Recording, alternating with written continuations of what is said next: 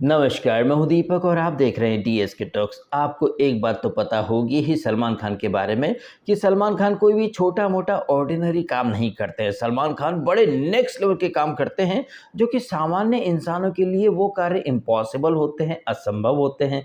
जैसे कि बगैर ड्राइवर की गाड़ी चलाना या फिर फुटपाथ पर बगैर ड्राइवर वाली कार का अपने आप चढ़वा देना या फिर ब्लैक बक वो काला हिरण जो सलमान को देख कर के खुद ही गोली मार ले। ऐसे असंभव कार्य करने वाले सलमान खान को बिग बॉस ने होस्ट बनाया है, तो सलमान ऑर्डिनरी काम तो नहीं करेंगे, ऑर्डिनरी होस्टिंग भी नहीं करेंगे। एकदम असंभव वाला जो काम होता है ना, सलमान खान उस काम को चुटकी बजा करके कर देते हैं। बताइए, नेशनल टीवी पर ओपनली पब्लिक को चूतिया बनाना कोई नॉर्मल काम तो नहीं है भाई साहब, ये तो असंभव कार्य है। और मैथ्स यानी कि जो गणित हम लोगों ने बचपन से सीखा है ना, उस गणित को भी सलमान खान ने झुठला दिया है।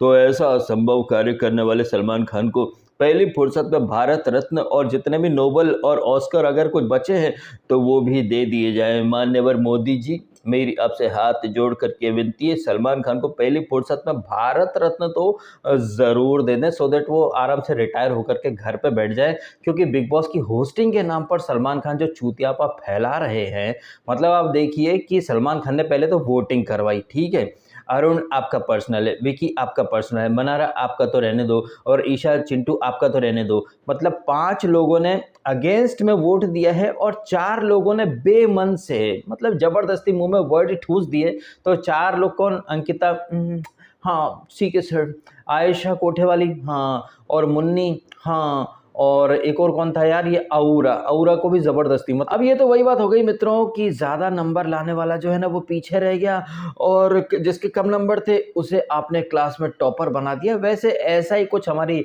हिस्ट्री में भी हुआ है, नेहरू जी वर्सेस पटेल जी। पटेल जी ज्यादा वोट मिले फिर भी वो देश के पीएम नहीं बने। हालांकि पॉलिटिक्स वाली चीज में नहीं घुसते हैं, वापस से इस एपिसोड में आ जाते हैं, बिग बॉस के इस एपिसोड में। तो ये एपिसोड शुरू होता है तो हम देखते हैं कि वो जो एक दिन पहले जो गुलाम बनाया था, गुलमटा बनाया था, तो अभिषेक जो है वो गुलाम की एक्टिंग काफी शिद्दत से कर रहा था, शू पॉलिश वगैरह करना, वही बारबी हंडा अपने अलग नखरे में थी। अब ये वाला जो पोर्शन दिखाया था हमें मेकर्स ने, जिसे कि बाद में सलमान खान ने कहा कि बिग बॉस भी कभी कभार गेम खेल लेते हैं और कुछ लोग ऐसे हैं जिन्हें बाहर उनके फैंस बड़ा माइंडेड माइंडेड बोलते हैं। हमें भी बहुत कमेंट आते हैं भाई साहब, अरे डीएस का तुम मुन्नी बदनाम की गेम को क्या डिकोड करोगे, उसका गेम टॉप लेवल है। ऐसा है ना झाटुओं, कैमरे के सामने आना, बिग बॉस के सामने अलग कहानी सुना देना, इसे गेम नहीं बोलते हैं। पीठ पीछे बोलना सना क्या बच्ची है, सना क्या बच्ची है, और खुद बच्चे की तरह रोना, इसे गेम नहीं बोला जाता है। गेम वो होता है जहां इंसान प्रोएक्टिव अप्रोच लेकर के चले, वो इंसान माइंडेड कहलाता है जो किसी के फीडबैक का मोहताज नहीं हो। ऐसा नहीं कि सलमान ने बोला तो हाँ भाई मैं काम कर रहा हूँ भाई, हाँ भाई, हाँ भाई, ठीक है भाई, भाई ने बोल दिया दिन को रात, तो फिर मुन्नी ने भी दिन को रात बोलना शुरू कर दिया। इसका मतलब ये है कि भाई बोल देंगे जा कुएं में कूद जा, तो आपका मुन्नी बदनाम कुएं में कूद जाएगा बगैर सोचे समझे, क्योंकि उसमें दिमाग तो है ही नहीं। दिमाग में तो भूसा भरा रखा है, क्योंकि मदरसे में गया है, तो मदरसा छाप लोगों में दिमाग तो होता है नहीं, उनके लिए धरती फ्लैट है। और ये मुन्नी बदनाम जो यहाँ पर सलमान के सामने बड़ी ओवर एक्टिंग कर रहा था कि सर ये समर्थ को क्लोस्ट्रोफोबिक का मजाक उड़ा रहे थे, और समर्थ ने डेरोगेटरी वर्ड बोला है, ठीक है। डेरोगेटरी वर्ड अगर इस झाटू मुन्नी बदनाम को बोलो तो इसके गुर्दे छिल जाते हैं। और पहले भी एक बार हो चुका है ना, जब अरुण ने इसके लॉकअप को कुछ आंडू पांडू शो बोला था, एकता मैडम का शो है वो, एकता मैडम का शो है। तो अगर वो एकता मैडम का शो है और तुझे तेरे लिए कोई वर्ड डेरोगेटरी लग जाते हैं, तो तूने तो हमारे आराध्य के ऊपर बड़े आपत्तिजनक शब्दों का प्रयोग करा है, तो हम तुझे कैसे माफ कर दे। और एक बात, ये जो क्लोस्ट्रोफोबिया या क्लोस्ट्रोफोबिक के ऊपर ये जो एक अलग कार्ड खेलने की कोशिश कर रहा था, गोधरा कांड में जो लोग मारे गए उनके ऊपर कब इन लोगों ने, ये मुन्नी बदनाम जैसे लोगों ने सिंपैथी या संवेदना व्यक्त करी हो। तो आप देखें, ये मुन्नी बदनाम जो बाहर डेरोगेटरी लैंग्वेज यूज करता है और लोगों की डेथ के ऊपर कॉमेडी बनाता है, जोक बनाता है, वही मुन्नी बदनाम शो के अंदर आप देख रहे हैं कैसे अलग ही एक अलग एक्टिंग कर रहा है और उसे लग रहा है कि दुनिया उसके झांसे में आ जाएगी। हालांकि काफ़ी हद तक लोग आ भी चुके हैं, बिकॉज कुछ दोस्तों दोस्तों और कुछ अशुद्ध जैसे जो लोग हैं वो अफलातूनी लॉजिक दे करके एक क्रिमिनल, एक जिहादी को जबरदस्ती पब्लिक पर थोप रहे हैं, एक साधु संत का चोला पहना करके, जबकि मुन्नी बदनाम कतई साधु संत नहीं है और माइंडेड तो बिल्कुल भी नहीं है। और इसकी पोल पट्टी तो सलमान खान ने एक नहीं 2-3 बार खोल दी। जब सलमान खान ने कहा ना कि चलो मैं कि समझदार इंसान कोई है तो बात करो, तो मुन्नी बदनाम, हाँ सर तुम समझदार हो, अरुण आप बात करो। अरुण को और कुछ हद तक ना समर्थ को मैं अप्रिशिएट करना चाहूँगा एक रीज़न से, और वो रीज़न ये है कि अरुण और समर्थ ने सलमान खान के लाख बहकाने के बावजूद अपने जो दिल की बात थी ना, उससे वो टच से मस नहीं हुए, क्योंकि सलमान तो एड़ी चोटी का जोर लगा करके एकदम खुल करके चौड़ में आ चुके थे कि उन्हें सबके मुंह से एक ही चीज उगलवानी है कि अभिषेक गलत नहीं था, समर्थ गलत था। हालांकि जो बिल्टअप था, जो वो अंकिता ने जो डिसीजन लिया, उसके पहले जो पोकिंग चल रही थी, ये सब कुछ इसीलिए दिखाया गया बिकॉज अंकिता को कटघरे में भी खड़ा किया जा सके और घर वालों को एक चीज़ दिखाई जा सके, साथ ही साथ दुनिया को एक चीज़ दिखाई जा सके कि देखो भैया पोकिंग जो है वो बढ़ती चली जा रही है, बढ़ती चली जा रही है। और घर वाले जो हैं वो इतनी पोकिंग के दौर में भी एकदम चिल्ड बैठे हैं, किसी को कोई पड़ी नहीं है। एंड आई फील जो चीज़ कहें या फिर जो पर्सनैलिटी इस पूरे सीक्वेंस के दौरान जो दिखाई गई, जो पर्सनैलिटी निकल के आई है इन कंटेस्टेंट की, वो यही है कि सारे के सारे लेजी बफेलो हैं। और ये लेजी बफेलो क्यों बन चुके हैं कंटेस्टेंट, अपने दिमाग से क्यों नहीं चल रहे हैं, बिकॉज भर भर के स्पून फीडिंग जो आदत पड़ गई ना इन कंटेस्टेंट को। देखिए कोई टास्क तो होती है नहीं, कोई लीडरशिप क्वालिटी निकल करके ऐसी कोई टास्क वगैरह तो कुछ होती है नहीं। और आई थिंक बिग बॉस 14 के बाद से ही एक परंपरा बन चुकी है हद से ज़्यादा स्पून फीडिंग। ये स्पून फीडिंग कभी कुंदरी, बिग बॉस 16 में आपने देखा वो रिलेशनशिप के ऊपर और दुनिया भर की वो फीडिंग, फिर इस सीजन में आप देखें थेरेपी रूम के अंदर। मतलब इन कंटेस्टेंट को इतनी आदत पड़ चुकी है स्पून फीडिंग की कि बगैर गाइडेंस के तो या फिर बगैर फीडबैक के तो इन कंटेस्टेंट को कुछ आता ही नहीं है। बट ऐसे कंटेस्टेंट जो अपने खुद के दिमाग से चल नहीं सकते, सोशल मीडिया पर उन्हें किंग बोला जाता है, क्वीन बोला जाता है, उन्हें माइंडेड बोला जाता है, जबकि हकीकत में लपड़ झंडिस कंटेस्टेंट है। इन्हें सलमान खान ने बोला कि अगर आप होते तो क्या करते, ईशा आप होती तो क्या करते, अंकिता आप होती तो क्या करते। जबकि भूलिएगा मत, ये वही सलमान खान है जो पहले के सीजन में बोला करते थे, अरे यार कोई तुम्हें पोक कर रहा है तो क्या हुआ यार, तुम रास्ते पर जा रहे हो कुत्ते भौंकेंगे तो क्या तुम भौंकना शुरू कर दोगे क्या यार, गाड़ी ले और निकलो, हाथी चले बाजार कुत्ते भौंके हजार। इस तरह का फलसफा पहले सलमान खान दिया करते थे। क्यों? क्योंकि तब पोकिंग अलाउड थी। पोकिंग हालांकि अब भी अलाउड है, और सलमान खान ने जो बिल्टअप दिया कि पोकिंग अलाउड है, हिंसा अलाउड नहीं है, बट ये नेक्स्ट लेवल की पोकिंग थी। अच्छा, ये नेक्स्ट लेवल की पोकिंग थी। और पीछे के सीजन में जब अर्चना गौतम आई थी तब इसने शिव ठाकरे ने बाहर की बातें ड्रैग कर ली। तो तब सलमान खान ने ये लॉजिक क्यों नहीं बोला कि बाहर की बातें तो अर्चना खुद लाई थी, जैसे कि सलमान खान यहाँ पर कह रहे थे ना, जब समर्थ ने खुद को जस्टिफाई करा कि सर ये भी मेरे को बहुत बोलता है, इसने तो मेरे बाप के बारे में पता नहीं क्या क्या बोला है, ऑलरेडी बहुत कुछ बोल चुका है, अब मेरा सेल्फ कंट्रोल है, मेरा हाथ नहीं उठेगा। अच्छा, तुम्हारा हाथ नहीं उठेगा, हाँ तुम्हारा हाथ नहीं उठेगा। अब जब ये समर्थ ने बोला ना सर वो कितना भी बोलता मेरा सेल्फ कंट्रोल है, मैं हाथ नहीं उठाता, तो मुझे ऐसा लग रहा था कि सलमान खान के जो तेवर थे ना देख करके सलमान खान मनी मन सोच रहे हैं कि चुपचाप मेरी हमें हमें मिला दे, वरना शेरा को बोल दूंगा और तेरे घर पर गाड़ी चढ़वा दूंगा समर्थ। तो जहां एक तरफ समर्थ था वो अपने फैसले पर या फिर ये कहें अपने ओपिनियन पर अडिग रहा, उसने भेड़ चाल में चल करके अपने फैसले नहीं बदले। जबकि आप आयशा को देखें, मुन्नी बदनाम को देखें, मनारा भी अपने फैसले पर अड़िग रही थी, उसने बोला वो मारती नहीं, वो फ्रोजन हो जाती, फ्रीज हो जाती, ऐसा करके कुछ। और ये मुन्नी बदनाम तो भाई बहती गंगा में हाथ धोता है, उसका कोई ओपिनियन या कोई थॉट प्रोसेस तो है नहीं। सलमान खान ने जिस तरह से कहा कि इसने टिश्यू डाल दिया था, ये कंबल लेकर के चल रहा था, और मेंटल हेल्थ के ऊपर जो सलमान खान ने लेक्चर दिया, क्या सलमान खान को शर्म आई थी ये चीजें बोलने में? इसी शो के अंदर अनुराग की मेंटल हेल्थ का कबाड़ा कर दिया गया, उसके ऊपर सारे मुन्नी बदनाम के फैंस और जो चबरी फबरी है वो बड़े जोक बना रहे हैं। मतलब एक तरफ ये सलमान खान आज बड़े प्रवचन दे रहा था कि यार मेंटल हेल्थ है, उसके ऊपर नहीं जाना चाहिए, ये नहीं बोलना चाहिए, आप किसी को डिप्रेशन में डाल रहे हो। बट यही चीज़ें जब बिग बॉस करता है, वॉक ऑफ शेम करवाता है, सारे कंटेस्टेंट एक कंटेस्टेंट को घेर कर शेम शेम शेम करते हैं, फिर करण जौहर पूछता है कि ओहो आ गया स्वाद।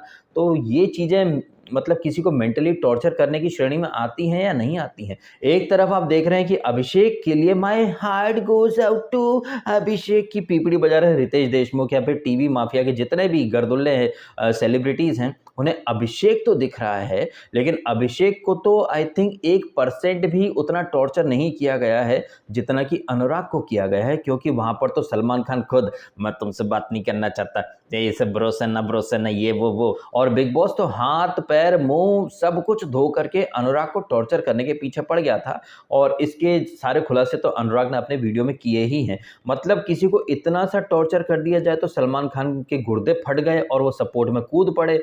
और सलमान खान को ये अभिषेक वैसे भी पसंद तो था ही, ये बात तो आप पहले भी सुन चुके हैं मेरे मुंह से। बट अनुराग जिसे इतना ज़्यादा टॉर्चर किया गया, उसके ऊपर सलमान खान कभी इतनी सी बात नहीं करेंगे। और इसी सलमान खान की जो इंडस्ट्री है, वहाँ पर सुशांत की मेंटल हेल्थ के साथ कैसे खिलवाड़ किए गए हैं, उसके ऊपर ना सलमान बोलेंगे, ना बॉलीवुड और मीडिया के लोग। तो भाई मीडिया तो हमारे देश में क्या है ना, एक बात कही जाती है कि गोदी मीडिया, सरकार ने मीडिया खरीद दिया। लेकिन ये जो बॉलीवुड वालों ने मीडिया को खरीद रखा है, ये मीडिया के बड़े-बड़े पत्रकार दिबांग या रजत शर्मा या फिर और भी जो हैं, जो अपने-अपने न्यूज़ चैनल में बड़ी-बड़ी डींगे फेंकते हैं कि सच दिखाते हैं हम दिखाते हैं वो सच, ज़मीन से खोद करके लाते हैं वो सच। आप देखिए हमारा चैनल इंडिया टीवी, हमें देखिए एबीपी पर, हमें देखिए आज तक पर।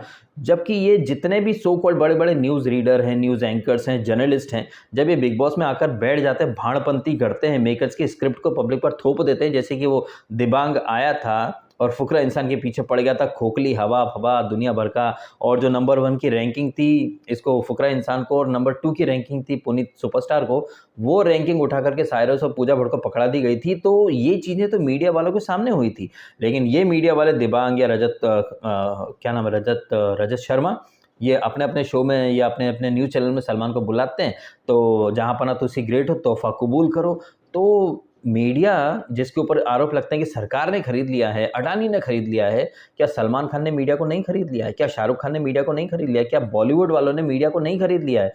तभी ये मीडिया वाले कभी इनसे कोई सवाल नहीं करते, जबकि पूरी दुनिया देख रही है कि कैसे सलमान खान अपनी मर्ज़ी थोप रहा था कंटेस्टेंट पर, कैसे सलमान खान हर सीज़न में रूल बदल देता है। हालाँकि इस सीज़न में ये जो कुछ हुआ आज के एपिसोड में, यही सेम डायलॉग सलमान खान के पीछे के सीज़न में भी थे, जब शिव और इसका हुआ था अर्चना का, तब भी सलमान खान ने चलो हाथ खड़े कर कन बुलाना चाहता। अरे भैया, ये हाथ खड़े करने की नौटंकी क्यों करवाते हो? क्योंकि यहाँ पर तो 5 लोगों ने तो अगेंस्ट में फैसला लिया था, 4 लोग मजबूरी में सपोर्ट कर रहे थे, मतलब 5 के मुकाबले 4 वोट ही मिले, 1 वोट कम मिला। लेकिन सलमान खान ने क्या बोल दिया कि नहीं, तुम्हारे वोट कैंसल, तुम्हारे वोट कैंसल। सीधा बोल दो ना भाई साहब कि तुम्हें अपनी मर्जी चलानी है। आज फिर आपको देखने को मिल गया कि ये वोटिंग और ये सारी चीज़ें बेफजूल होती हैं, इनका कोई सेंस नहीं होता है। आपकी आंखों के सामने आपने देखा, तुम्हारा वोट काउंट नहीं करेंगे, तुम्हारा वोट कैंसिल है। उसी तरह से ये लोग ऑडियंस के वोट कैंसिल कर देते हैं, अपनी मर्जी चलाते हैं।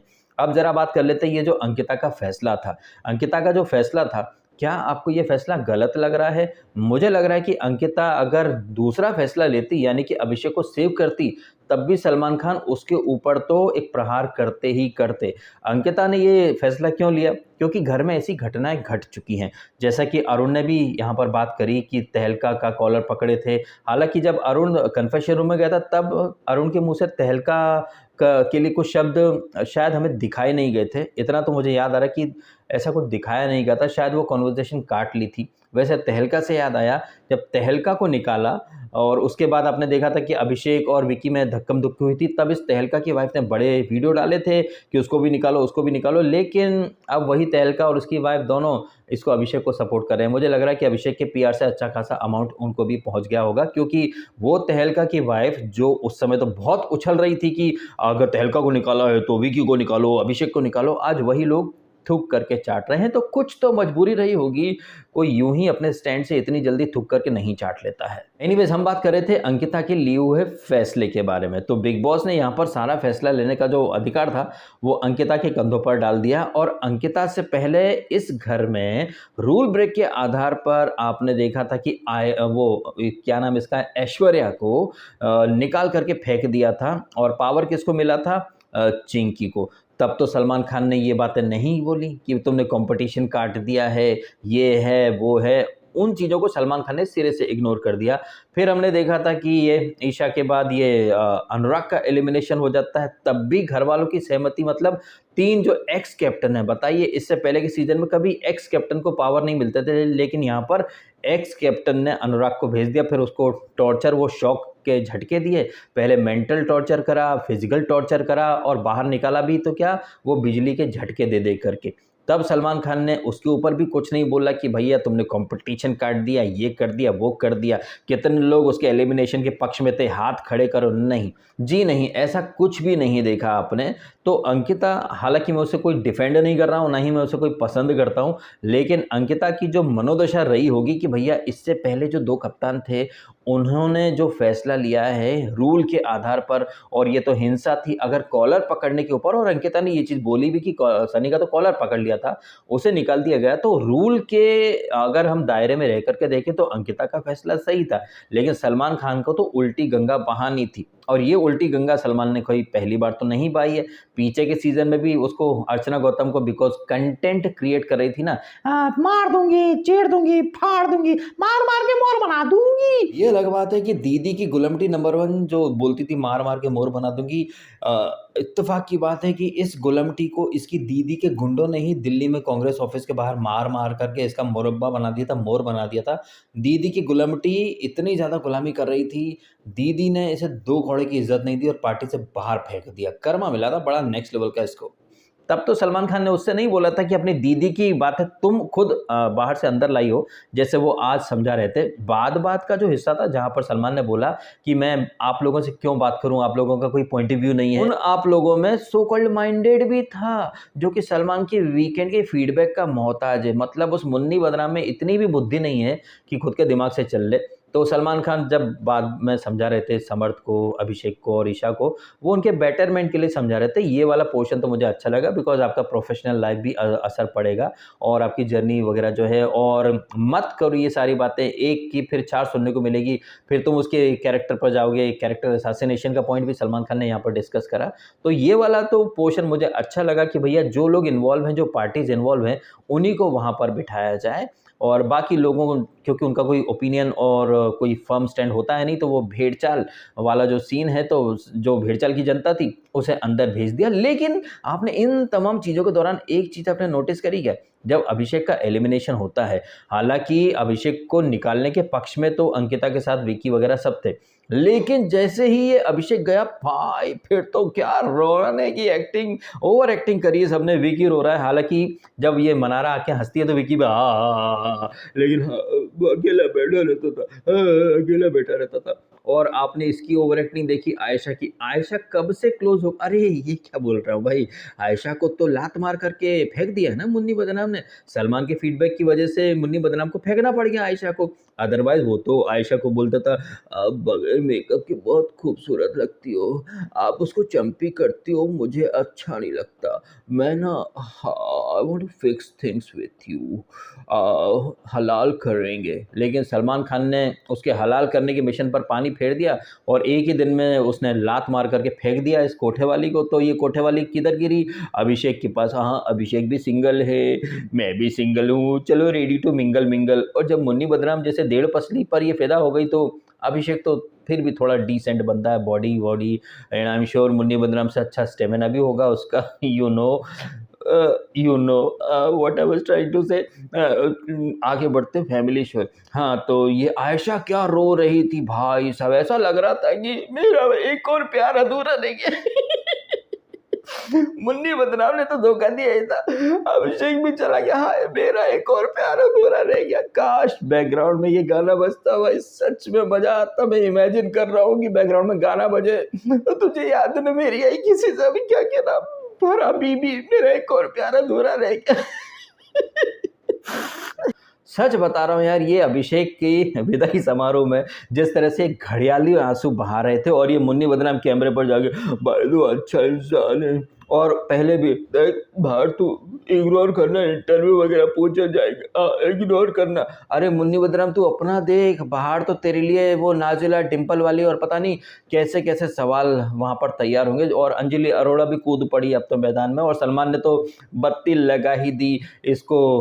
मतिमंद तो साबित कर ही दिया सलमान खान ने, साथ ही साथ इसे बेवकूफ़ भी साबित कर दिया। अब सलमान खान ने वैसे एक चीज़ जो बोली कि यार जब ये पोकिंग वोकिंग चल रही थी तो किसी ने वो कोशिश नहीं करी, बट सलमान खान जो कि एक एपिसोड को 2-2 बार देखते हैं, क्या सलमान खान ने ये नहीं देखा कि ये जो पोकिंग और ये जो कुछ थप्पड़ कांड हुआ उसके एक दिन पहले से मुन्नी बदनाम पंप किए जा रहा था। देख समर्थ तेरे से नफरत करता है, देख ये है वो है, भर भर के मुन्नी बदनाम ने अभिषेक को कहीं ना कहीं ब्रेन वॉश कर दिया, या ये कहें ये भी तो एक तरह से पोकिंग ही थी ना। क्या आपको नहीं लग रहा कि जिस तरीके से ये मुन्नी बदनाम ने एकदम से अभिषेक के दिमाग को कहीं न कहीं ज़हर से भर दिया था, इसे पोकिंग की श्रेणी में रखा जाएगा या नहीं? ये भी तो पोकिंग ही है ना, वो तेरे से नफ़रत करता है, वो दोनों तेरे से नफ़रत करते हैं, ये वो तेरे को खुश नहीं देख सकते हैं। भाई इसको भी इंस्टिगेशन ही बोलते हैं, भड़काना ही बोलते हैं। बट 2-2 बार एक एपिसोड को देखने वाले सलमान खान ने इन पॉइंट्स के ऊपर रोशनी डालना मुनासिब ही नहीं समझा। मुनासिब क्यों नहीं समझा? क्योंकि उन्हें बताया ही नहीं गया होगा ना, बिकॉज़ सलमान तो मेगा स्टार हैं, उनके परिवार में अरबाज़ की अभी शादी हुई है, अब शादी का समारोह है भाई साहब, साथ में सोहेल खान के लिए भी दूसरी लड़की देखने की तैयारी चल रही है। तो इतनी भाग-दौड़ भरे जीवन में सलमान खान को कहाँ से समय मिलता होगा एक एपिसोड को देखने का, बिकॉज़ उन्हें बीच-बीच में फार्म हाउस भी जाना पड़ता है और फार्म हाउस में जाकर के फिर वो समाज सेवा के काम भी करते, तो समाज सेवा में लगे रहते हैं सलमान खान। तो उन्हें एपिसोड एक बार भी देखने का वक़्त नहीं मिलता होगा, तो 2-2 बार तो वो क्या ही देखेंगे, हैं? अच्छा, देखने से ना मुझे एक बात और याद आई है मित्रों, आपने ये समर्थ की पोकिंग देखी है और आपने बिग बॉस के पीछे के कई सीज़न्स देखे हैं। आपने इमाम सिद्दीकी की पोकिंग देखी है, नेक्स्ट लेवल की पोकिंग, आपने स्वामी ओम की पोकिंग देखी है और when it comes to poking तो कौन भूल सकता है जग्गा द ओजी, क्या पोक करती थी भाई साहब लोगों को, ऐसी घनघोर लेवल की इमाम सिद्दीकी जैसे लोगों की जैसी पर्सनैलिटीज़ की पोकिंग के सामने समर्थ की पोकिंग तो अबे मतलब ये तो नोबडी पोकिंग है, रियल पोकिंग तो इमाम सिद्दीकी और स्वामी ओम और जग्गा किया करते थे। बट सलमान खान उन सीज़न में वो पोकिंग अलाउड है, पोकिंग अलाउड है, तब तो सलमान खान के तेवर अलग थे, वो एरा ही अलग था बिग बॉस का। मतलब इतनी बड़ी नेक्स्ट लेवल की पोकिंग आपने देखी हो, उनके आगे आपको ये समर्थ की पोकिंग, अरे बाप रे बाप! ये तो घनघोर बेइज्जती हो गई है पोकिंग की। एनीवेज़ वापस से फार्म हाउस से इधर बिग बॉस के सेट पर आ जाते हैं मित्रों। तो अब आज के एपिसोड में तो बस यही सारी चर्चाएँ हुई हैं और अभिषेक कुमार इस सीज़न का अर्चना गौतम बन चुका है। लेकिन अभिषेक कुमार का जो पीआर, जो कि बीबी किंग अभिषेक, ये अभिषेक हीरो आ गया, हीरो आ गया। हीरो नहीं है भाई साहब। अगर वो बाहर नहीं जाता तो शायद उसके चांसेस और प्रबल होते, लेकिन एक बार बाहर चले गए, फिर अंदर आ गए, तो आप हीरो नहीं, आप साइड मटेरियल के भी लायक नहीं रह गए हो। हाँ, ये ज़रूर है कि अभिषेक ने अगर बाहर से कुछ क्लिप वगैरह उसे दिखाई हो या फिर मेकर्स ने उसे कुछ हिंट दिया हो कि भाई तू जिस मुन्नी बदनाम के साथ बैठता है ना, वही मुन्नी बदनाम जो है वो तेरी कब्र खोदने में लगा हुआ था। अब अभिषेक अगर थोड़ा समझदार होगा, तो वो नए तरीके से गेम को देखने की कोशिश करेगा, कौन उसके लिए अच्छे हैं, कौन उसके लिए गलत हैं, कौन है जो उसके साथ है लेकिन आस्तीन का सांप बन करके उसी को काटने में लगा है। अगर अभिषेक उस तरीके से गेम प्लान लेकर के आया है, तो भाई अच्छी बात है, देखना इंटरेस्टिंग होगा। अदरवाइज़ तो मेरे को सच बताऊँ अभिषेक से कहीं कोई उम्मीद है नहीं। वहीं ये जितने भी भेड़-चाल में कंटेस्टेंट चलते हैं, उन सारे कंटेस्टेंट से अलग आज अरुण भी लगा है और समर्थ भी लगा है और कुछ हद तक बारबी हांडा भी, जो सलमान के बहकावे में नहीं आए और अपनी बात पर वो अड़े रहे कि नहीं सर, मैं नहीं मारता, मैं नहीं मारता। और अरुण ने बोला भी कि सर मैं इसके आने के फ़ेवर में नहीं हूँ क्योंकि ये भी करेगा और ये पोकिंग तो दोनों साइड से होती है और सलमान के लॉजिक, ताली दोनों हाथों से बजती लेकिन थप्पड़ दोनों हाथों से नहीं पड़े थे सलमान जी। और ये जो बाप मेंटल, अरे! बाप मेंटल, थप्पड़, पुश, इसकी परंपरा तो बिग बॉस 13 से शुरू हुई है। उस सीज़न में भी एक कंटेस्टेंट था जो कि हर बात के ऊपर तेरा बाप, तेरा बाप, तेरा बाप। तब तो कोई नहीं बोलता था कि भई एक आउटसाइडर है आसिम रियाज़ नाम का, उसकी फैमिली पर क्या बीत रही होगी। जिस तरह से सलमान खान हर वीकेंड कबार में उसकी धज्जी उड़ाते थे और बिग बॉस 15 में उसके भाई उमर रियाज़ की धज्जी उड़ाई, उसके प्रोफ़ेशन तक को ड्रैग कर लिया था। और अब अनुराग ने जिस तरह से अपने वीडियो में बोला ना कि दिवाली पर उसकी फैमिली से उससे बात नहीं कराई गई। आपने भी देखा था बिग बॉस 15 के अंदर शम्मो शेट्टी के लिए तो शम्मो मैं कैसी है? मतलब शम्मो शेट्टी की अम्मा से भी बात कर ली थी इसने सलमान ने। बट जहाँ उमर रियाज़ ने कहा था कि उसकी बहन से बात कर सकते हैं क्या? पूरे मोहल्ले को बुला लो ना, हैं? तो उमर रियाज़ और आसिम रियाज़ को तो सलमान ने नींबू की तरह निचोड़ दिया था। उन्हें मेंटल, फिज़िकल हर तरह से ज़लील किया गया था और आज वही सलमान खान, हाँ, मेंटल हेल्थ का मज़ाक नहीं उड़ाना चाहिए, बिल्कुल नहीं उड़ाना चाहिए। आपको थोड़ा सेंसिटिव होना चाहिए, आपको समझना चाहिए। सलमान तुमने क्या समझा है? तुम तो सिर्फ नाम के लिए बीइंग ह्यूमन हो। शो में बुलाते हो आउटसाइडर्स को, उनको ज़लील करते हो, वॉक ऑफ शेम कराते हो, प्रोफ़ेशन को भी ड्रैग कर लेते हो और उसी मुँह से मेंटल हेल्थ के ऊपर प्रवचन दे देते हो। और जो तुम्हारा टीवी माफ़िया, बॉलीवुड माफ़िया है, वो एक टुच्ची सी हरकत के ऊपर my heart goes out to him. यही अभिषेक था जिसने खानजादी के बारे में बोला था कि बीमार हो तो घर जाओ, दवा खाओ, पड़ी रहो, तब तो कोई नहीं बोला था। यही बिग बॉस है जिसने अनुराग को जलील करा है, उमर रियाज को जलील करा, लेकिन तब तो किसी रितेश देशमुख का या किसी टीवी सेलेब या बॉलीवुड सेलेब की कोई ट्वीट नहीं आई कि my heart goes out to him. Geeta Kapoor भी आई थी ना, खानदान को ड्रैग कर लिया था उमर रियाज के कि भाई क्या बोला था, खून में ही एग्रेशन होगा, तो मतलब पूरे परिवार तक को ड्रैग कर लेते थे। तब तो कोई नहीं सोचता था कि उनके परिवार पर क्या बीत रही होगी। एनीवेज, अब जरा ये जो प्रोमो आने वाला है कल के एपिसोड का, जहाँ पर कुछ रोस्टिंग वोस्टिंग की टास्क हैं और हम देख रहे हैं कि पेरेंट्स का इंट्रोडक्शन हो रहा है, तो जहाँ पर समर्थ के पप्पा भैया मतलब पक्के इंदौरी हैं, क्रिकेट खेलता था, अरे वही वो जो इंदौरी एक्सेंट जब मैं सुनता हूँ तो मन गदगद हो जाता है। ईशा के पप्पा भी आएंगे और फिर इसकी बारबी हांडा की बहन आ रही है, बारबी हांडा की सगी बहन आ रही है परिणीति और प्रियंका, तो भाई हाई क्लास लोग हैं, वो काहे आएंगे। और वैसे भी उनसे थोड़ी ना कोई लेना देना है। बारबी हांडा ने तो यूं ही शौक में किसी पंडित के बोलने पर अपना सरनेम चोपड़ा रख लिया। अदरवाइज बारबी हांडा अपने टैलेंट की बूते आई है और काफ़ी सॉर्टेड और सेंसिबल लड़की है बारबी हांडा। उसे प्लीज़ परिणीति और प्रियंका से कोई कंपेयर ना करे। हाँ हाँ हाँ, ठीक है। अब ये जो फैमिली का सीन होगा वो होगा कल, और हाँ, फैमिली का सीन होगा कल, तो आई थिंक फैमिली को अप्रोच तो आई थिंक 4-5 दिन पहले ही किया होगा। एंड जिस तरह से अभिषेक की मम्मी का वीडियो आया है, तो वीडियो आई थिंक ऐसा तो है नहीं कि हाथों हाथ आ गया होगा। वीडियो के लिए भी आई थिंक 3-4 दिन पहले ही अप्रोच किया होगा, वीडियो फिर भेजा होगा, फिर मेकर्स ने एडिटिंग वगैरह करके वो नाम वगैरह डाले होंगे, क्योंकि ये सारी चीज़ें तो एडवांस में प्लान होती हैं ना। अब आप इतने समझदार तो हैं ही सही कि क्यों अभिषेक को मेकर्स ने जिस एपिसोड में निकाला उसी एपिसोड में वापस ले आए और उन्हीं कपड़ों में ले आए, बिल्कुल वैसे ही जैसे अर्चना की तरह। कहने का मतलब है कि सारी चीज़ें, सब कुछ जो था वो पहले से प्री प्लान्ड था। लेकिन सलमान कभी बोलता है सब अनप्लान्ड था, नहीं नहीं, सब प्लान्ड था। आपकी असलियत बाहर निकालने के लिए बिग बॉस खेल गए और हम भी खेल गए।